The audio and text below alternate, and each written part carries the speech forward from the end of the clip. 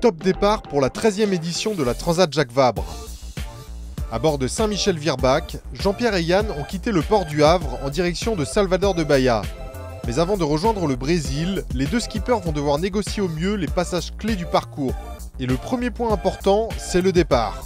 On va naviguer sur du côtier avec du courant, des cailloux, des pêcheurs, des cargos, des petits effets de site. Là, on va vraiment être sur de la régate fine, mais sur lequel on peut faire énormément d'écarts et de gains ou de pertes.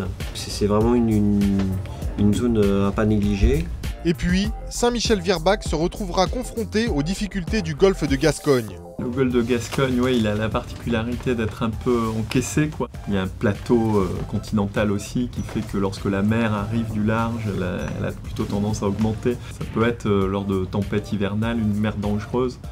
C'est la partie un peu la plus engagée du parcours, quelque part.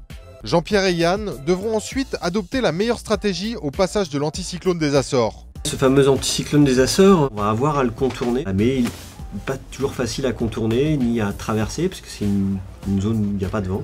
Tantôt il nous oblige à raser les côtes d'Afrique et puis s'il est sympa, il sera un peu plus dans l'ouest. Et là, à ce moment-là, une fois qu'on l'aura contourné, on aura un bon angle dans les alizés, on pourra aller très très vite vers le poteau noir. Il y a deux types d'alizés, vraiment l'alizé un peu côté Canaries qui peut ne pas exister.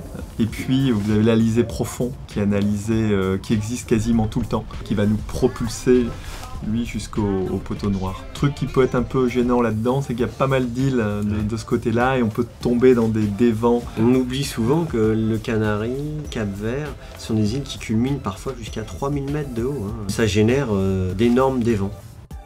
La trajectoire du bateau passera inévitablement par le redouté poteau noir. C'est une bande donc, qui va se retrouver sur environ 400 000. En général, c'est minimum, vous en prenez pour 24 heures et plutôt 48 heures. Et parfois 4 jours. La définition du stress, c'est de ne pas connaître ce qui va nous arriver, pour moi en tout cas, c'est ça.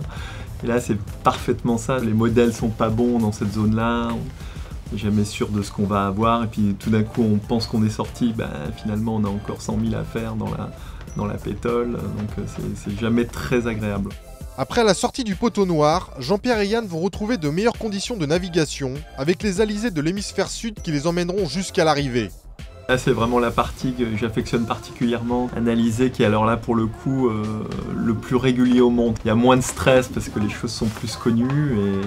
Et voilà, là, maintenant, il va falloir faire glisser notre beau Saint-Michel-Virbach au plus vite. C'est vraiment une course de vitesse.